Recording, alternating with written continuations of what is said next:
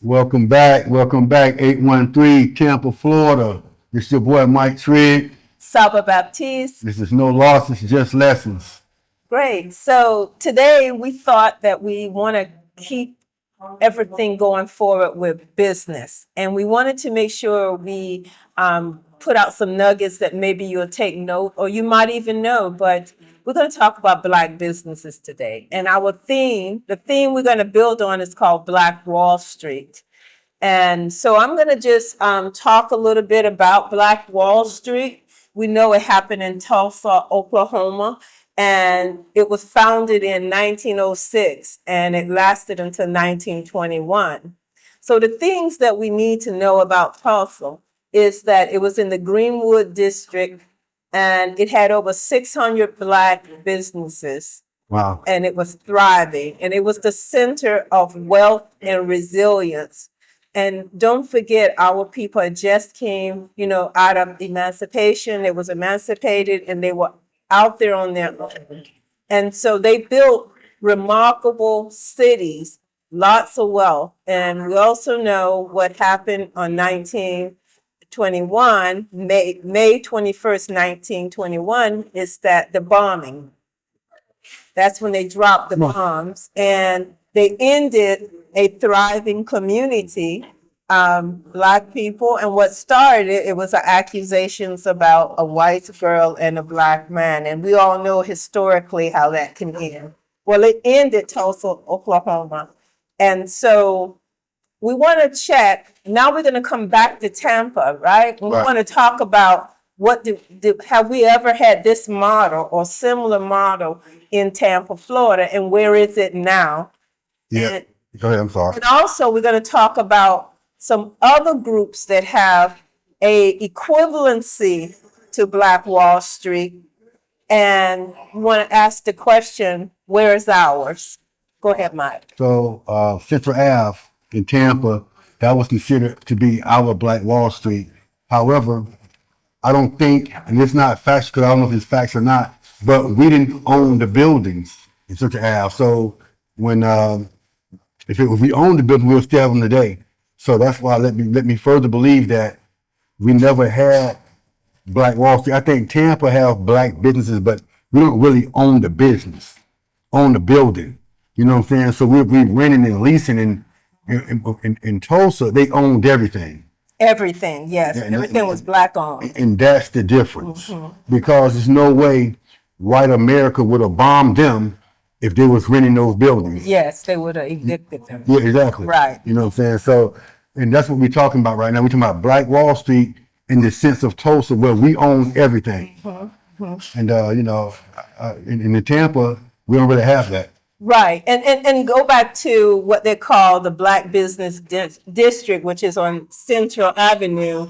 And the problem with that is that they moved it all downtown at the Perry Park. Yeah, Perry Park. Right. And so they didn't put them in buildings. They did landmarkings. Right. They did markers. Right. And so you don't have no idea that it was ever a thriving business district except to look at the history. Right. And our problem is that we did not build on that. We didn't have something to build on. Once it was started, we build on it. And another point I just like to throw in there: if we know the story about Jackson House, the Jackson Rooming House, right. that was it was adjacent to the thriving business, but it was also a part of the thriving business. And we're trying to preserve that. Well, the community trying to preserve that now, and we having all kinds of problems. 10 years and we haven't even rebuilt it as of yet. Nah, but they do have funding for it. Miss Collins, she's from Carver City, right? And she spearheaded a lot of that stuff, and they actually now got funding for it. So just a matter of time for the They're renovated. Well, the funding has never been the problem. They had funding for a very long time. It's legalities, and she is spearheading it. And they, in all intended purposes, they're doing a wonderful job. Right. It's just those forces that's bigger than them that's in place. And so, yeah, the funding have never been a problem. So the initial inception of that building was the Robinson family. They came aboard, and asked that it continue after Mr. Willie Robertson's death. Okay. Okay, so that was all a part of Central Avenue. Right. Okay, so now where are we today? Well, Where are we today with a resemblance of Black Wall Street in the Black community in Tampa? well, I can tell you on the east side of Tampa, on the east side of town, my grandfather, he has a block, Big John's, and they own that. We own it outright. Bruce Miles, my late frat brother, he has a block that he owns. He's a dentist. He has a block that he owns on MLK. He has a plaza, Bruce Miles Plaza. You drive down, if you're going east on MLK, before you get to Central, it's on the left hand side. And it's not many. You know what I'm saying? I'm purchasing the property right now. You know what I'm saying? On this block. And far as I know now, I do know of other Black businesses, but I don't know if they own the building. You know, own you know what I'm saying, own the property. And that's what we gotta get to.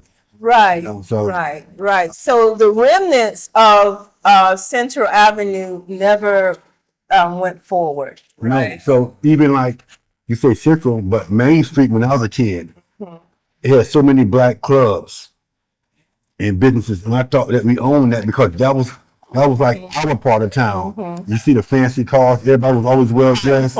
Yeah. And then, you know, I look at it now, so that all the gentrification come in, and we're forced out because we don't own the buildings. Right.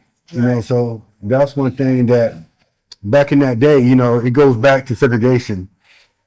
And I don't want to drift too far away from what we're talking about, but that was not good for us. Because you look at Black Wall Street, we had no choice but to support each other. Yes. Because we couldn't go to them. Exactly You right. go to their gas station. My grandfather told me when they went to Mississippi, they'd be going to Texas because my grandparents were from Texas, Dallas. And if they had to drive to Mississippi and get gas, they had to wait for hours. Men might take the money, don't give them no gas. It was hell. So we had to have our own things. You know what I'm saying? Because if we entrusted them to do right by us, they wouldn't. You know what I'm saying? You know, and they're just not moral people. Right. So Right. that would have boiled down to how you doing, buddy? So Yeah. So yeah, those are the wounds that are still open because we still haven't come together as a community and built a Black business. And another thing I like to say, we're in the mindset of past tense. We haven't came futuristic yet. Right. You know, and that's our major problem. And so who's gonna teach the next generation the fact that you knew, I know, we need to purchase the buildings. We need to make sure we're 100% business owners. We need to bring our monies together. And that's something that all of those really Black Wall Street similar companies did. They shared with each other. yeah, And they built. but so listen, that's never gonna happen as we know it. You know, I hate to say that because we still got Black and brown people fighting for a seat at the white man's table, not understanding that our dollar carries so much more value than they really even acknowledge. They don't acknowledge the value of our dollar. You know, they're fighting to sit there and say, want to be a part of this. And when all we got to do is come together. But why would we come together? Segregation. If desegregation never happened. I'm going to test that theory because that theory is integration sounds like we're saying it did not help us, right? No, it set us back. Okay. You know, I'm going to tell you something before we go. Okay, but listen though. It set us back. And when Martin Luther King, when that bill was going to get passed, he understood. He knew right then. He said, man, the last thing he said, I sent my people into a burning building. Right. Because white people of America are not moral. Right. Anytime you have something called a picnic, where you put a blanket in the park, a plaid blanket in the park, and you hang and you burn a black man in front of your children. Right. And why would you want to get up and go cut off parts? Yeah, why would you want your kids to see something so horrific? Or you steal black babies and feed them to alligators. Right. That's what I'm saying. So if the tables were turned, we couldn't do that. We're just not that kind of people. Right. Right. You know, and it's sickening. So I want to test that theory, and I'm going to do it in a way that I want people to know what's out there in Tampa, right? Mm-hmm. Let's talk about some of the other groups of people who have built similar, not exact, but similar to Black Wall Street. Let's talk about the Cubans. Let's talk about how they have come in. So Cubans, Hispanics, you know, I don't really know. Or they are probably Cubans. Right. Let me. I'm sorry. Yeah. So we know about Ybor City, right? And at one time, a lot of Black people used to live in Ybor City. Mm-hmm. Well, that's no longer. Right. And the row houses is proof of it, you know. And but we talk about the cigarette factories. We talk about Ybor City is on the books of being founded in 1880. Right. And ever since it was founded, and the ownership came from the Cubans, the Spanish, and the Italians. So they locked up Ybor City, but there was certain aspects that they didn't mind overlapping and sharing. So I'm going to talk about some of the social clubs they had there. Right. These things are there today. No one burned those things down. Right. So they got to build and build and build on those things. And that's what we don't have. We don't we have to always start from Genesis. Right. We don't have anything like that. And so they have iconic places, nightclubs, eateries, you know, and some of them they closed them, but they even used to have a hospital, like a right there on 15th Street. Exactly. Right. So that is something that have empowered them, and they use that as their business hub. Right. And that's where their money and their wealth is focused there. Right. Okay. And then they have their own. They have 8th Street. 8th Street is a part of their power hub. Right. Okay. And their communities and their residential, all of those are kind of centrally located around those areas. Right. All right. So, in your perspective and being in the business world, what do you say about the Ybor City and how it plays a significant role in our lives as Black Americans? Saba, I love it. The reason why I say that, because,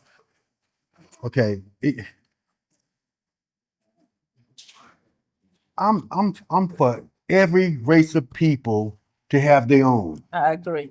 That's it. I agree 100%. But 100%. But you know, the thing about it is, we have some Black restaurants in Ybor City that they don't own the building, but they rent it. Lease, right. Exactly. 7th and Grove, Mademoiselle, you know what I'm saying? Those places like that. So I love the fact that the Cubans figured it out and it worked for them. If you go on Hines to Howard, Hispanics, they figured out it worked for them. If you go on Armenia, all the way down to Waters, the Colombians, they got their own space. Exactly. So we just need ours. Right. And it don't have to be, you know, in one part of town. We just got to have ownership, and we got to have the support more than anything. Right. You know what I'm saying? I told you, I named 3 Black businesses, 3 blocks that we own. Right. Bruce Miles got a plaza. I don't know what's all in the plaza, but we, as Blacks, every Black in Tampa, and I consider Tampa to be Wesley Chapel, Riverview. Appreciate it, brother. They should be making their way over there to see if it's something they can use, they can support. Big John's, they should be knocking the door down every day, you know what I'm saying, to get some barbecue. If you're going to eat barbecue, you know, they should be coming over here, you know what I'm saying, something like that. Or even going to Greedy Lee's. He don't own the building per se, but it's still a Black business. Right. M&R Catering, that's a Black business off Osborne. Right. We should be making sure that we support them. Going to all yes, because we got to keep those doors open. Right, I agree with that. You know, and that's the thing. So you look at Tampa, and what I consider Tampa, Wesley Chapel, New Tampa, Riverview, Ruskin, support those black businesses. Yes. Everybody came from those surrounding areas, Yes. East Tampa. If everybody came from over there, County Country, Right. just come in. One person came in from those neighborhoods, we wouldn't have no issues. Right. And that's the example of their Wall Street. Their Cuban, Spanish, Italian Wall Street. Now let's Can look. I say one more thing real quick? Yes. Mhm. Okay. I love to go into the grocery store over there on Hines. Mm-hmm. It's like a Goodfellas movie. Uh-huh. They be in there, everybody be in there, they see each other. Hey, how you doing? Yeah, I know. I mean, it's just crazy. I mean, it's just like, damn, Italians. You know what I'm saying? It's just a family. I go in there just walking around. I don't even get nothing. Right. Just to see that, because that's what I want for my community. Right. And I hope to one day be a part to spearhead it to get it.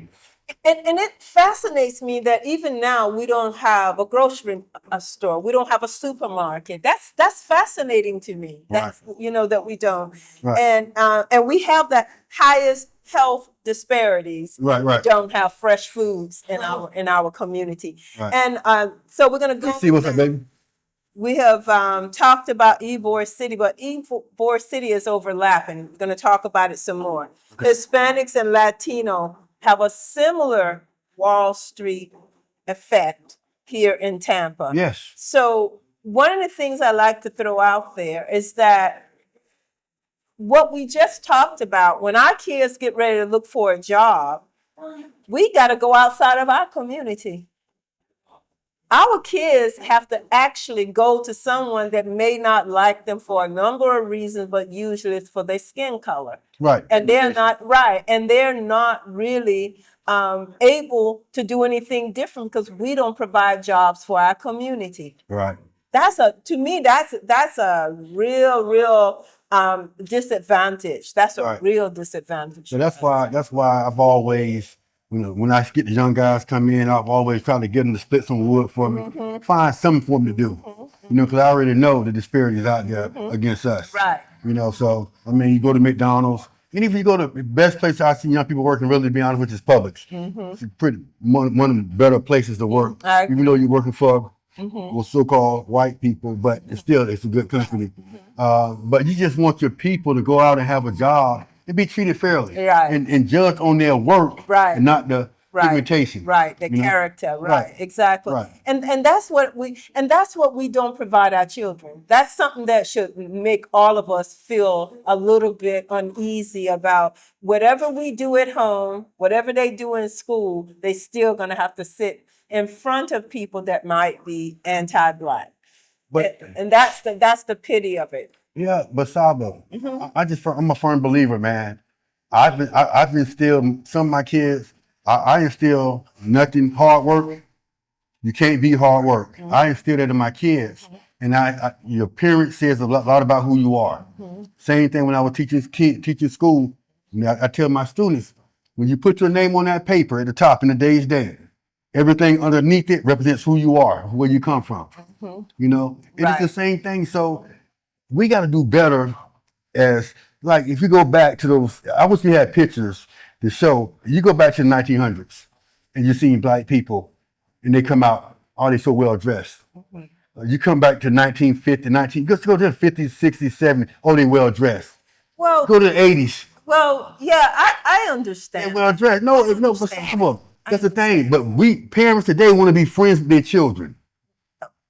So what we're talking about? We're talking about like business? No, I am, but I'm just saying that's a part of it, Saba. Because you saying about the jobs, right? Okay. So I don't want to employ you if you come in for a job and your pants hang below your butt. Of course, of course. Okay, so let's get back. Right. Okay. Okay, Hispanic and Latino Wall Street, right? That's what we're talking about. So when we see the Hispanics, and they all are our neighbors, friends, we are all friends with a lot of people, but here's the thing, they can provide for their community at a level that we have not been able to. That's the point. And part of that is making sure they dress well no matter where they present at, right? And that they're prepared for employment. But we don't have jobs to offer our students. We know the few. I know Mike hires them. I know he gives opportunities when he can. But we need to think about the future. We need to be able to hold our kids accountable because we can solve those problems, okay? So the Hispanics, they're including downtown, Channelside, South Tampa, Hyde Park, East Tampa, West Tampa, and Vicencia Martinez, Vibor. Over here, brother. All of those areas are a part of all of those areas are a part of their wealth growth and their resilience, all of those parts. And some of those parts are overlapping with the Cubans. That means some of them, they work together in the same areas. And also the city of Hispanics and Latino is their business, their commercial business hub. They do business, they're all kinds of construction, you name it, eateries, all kind of social events. Okay, so Saba, I just want to piggyback on something. You said they work together. But Saba, this is the most diverse barbecue spot in the country. Okay, so it's not like they don't support me. We're talking about us. We're talking about us. The business here, probably 70% is other races. Right. I you know, just imagine this in Tulsa, in Greenwood, all black.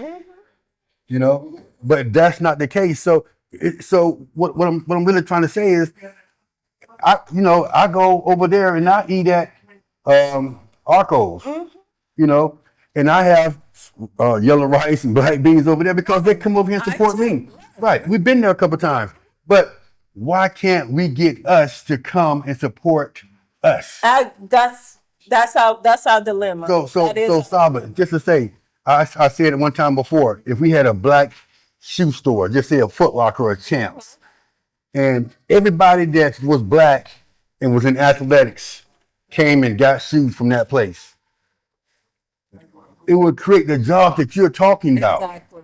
If more people came to Konan's to eat barbecue, it would create those jobs that you're talking about for the youth. Right. You know what I'm saying? Right. So I agree with you. So that's the issue. Right. So if we build it, will they come? Right. Oh, that's the question. That's the question. That's the question. And I'd like to just let you know, we're talking about Black-owned businesses. And within that, we're talking about the Wall Street, Tulsa, Black Wall Street. How can we realize that and support our businesses, increase the foot traffic so we can actually have those jobs in the community and do all the other things. And we also know that we have customers across different races, and we're trying to make sure our community support our businesses as well, so we can provide jobs and we can actually grow and develop more opportunities. So welcome and thank you. So go ahead and finish. I just think that, that's the question that we're proposing right now. If we build it, will they come and support? And that's the thing. So it's division. Even going by the MLK and Malcolm X, they were great causes, but they were it divided us more. Right. And the reason why I say that, because you got to ask yourself this right here. Hey man, I want you to partake in this question too, if you could. I want you to partake in this. So listen, was that the vision of God? What MLK did, was that his vision? And his vision became our vision. His dream became our dream, right? God do not deal in mischief. He don't. There's no way that he want us to go sit at these countertops, and world wars all over the country, get spat on and physically assaulted.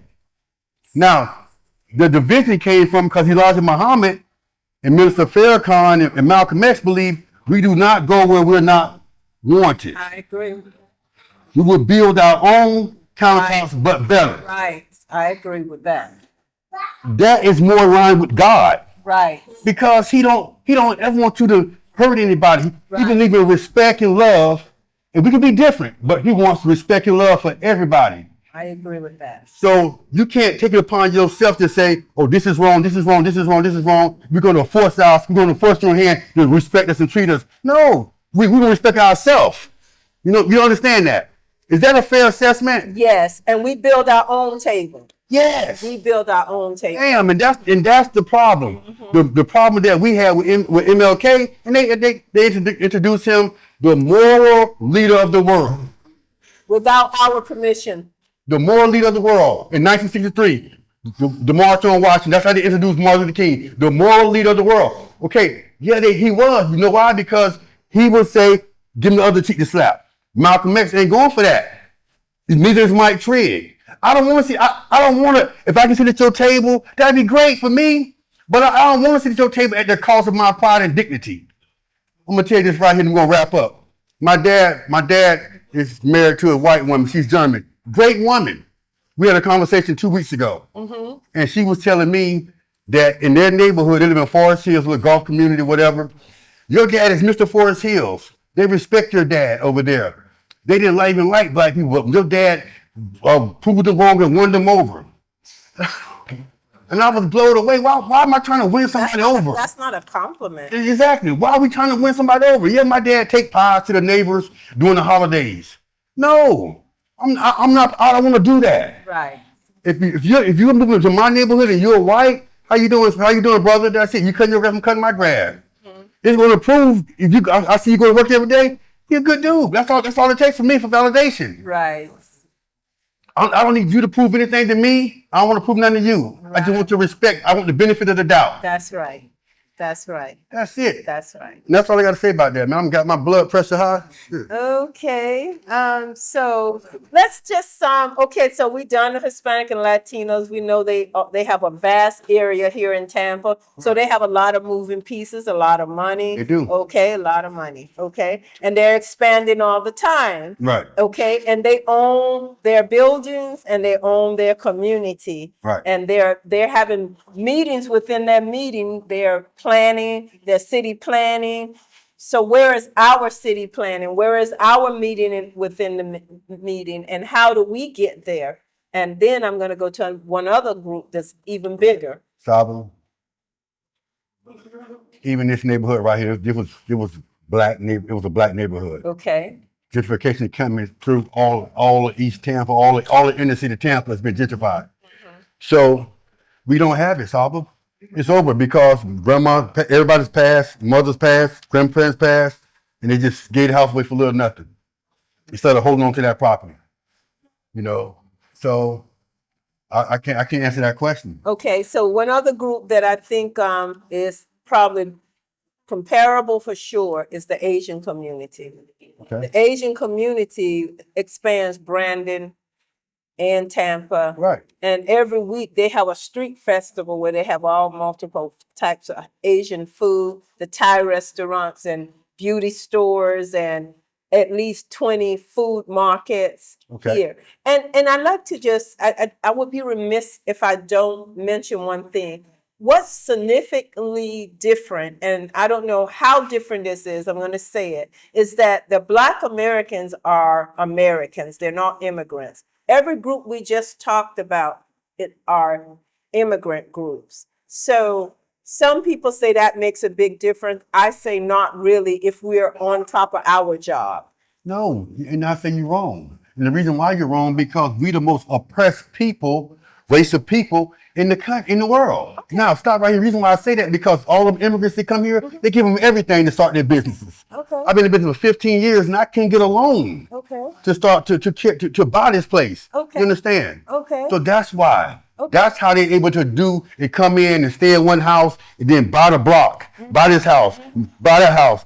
Because they get loans, they give them food stamps, they give them everything. Right. So disclaimer, I threw that out there. He's absolutely right. I just gaslight him, and today he's he's really out there. So that's why I brought that difference up. Okay, yeah. So just remember that their opportunities are a lot friendlier when they walk into the banks. when they come here as immigrants, they get at least when they say they came here with $1 because they know about 100,000 or plus going to be given to them. Each one of them. Each one of them. So we got to put everything in perspective, That's and then it. we have to figure out why we're not getting our just dues. Because all of us, I think, if we have ever thought about business, we've gone into many banks and they told us no. I've been in business for 15 years. Yes. And sure, You have a proven concept. yeah, and show a profit Yes. every year. And if somebody of a different pigmentation goes to the same bank with my credentials, Yes. how much you need, sir? Yes. You know what I'm saying? So it's just like, so that's why, I stopped going. And I was able to still, Right. because God got something for me. Right. You know what I'm saying? So it's him. Right. It got to be his vision. Right. You know what I'm saying? So that's what I'm trying to tell you. Like, going back to, we follow the vision of MLK. Right. He was our leader. He was the moral leader of the world. But it was another vision we could have followed too, and that was Elijah Muhammad, Mr. Farrakhan, and Malcolm X. Right. And I just wondered, where would we be today as a culture if we had followed Yeah. Malcolm X more, Farrakhan, Yeah. and Elijah Muhammad? Yeah. I'm just being honest with you, man. Exactly. And the thing is, so we're gonna wrap this up, and this subject was about Black businesses, Black Wall Street in Tampa. And I'd like to point out we have none to that capacity. Yes, we have some Black owners that own buildings, but they're not thriving, they're not unified, they're not coming together. And our people are not having the foot traffic to the Black businesses that they know, whether it's food, whether it's hair, whatever it is, we got to get our numbers up and participate in spending our dollars. And just another point, annually, we're worth $2 trillion. We spend $2 trillion. $2 trillion. Do you know there's very few countries, there's 54 countries in Africa, and there's not one come close to us as our GDP. In spending. In spending. $2 trillion is what the Black Americans do here in the United States. And Saba, this is my last statement on this subject. It's been plenty of people putting those numbers out there. I don't think that we are comprehending our value to America, to the world. Until we do, right. We're gonna have these conversations. Exactly. You're right. You're 100% right. I'm out of here, man. On the yoke. Yes.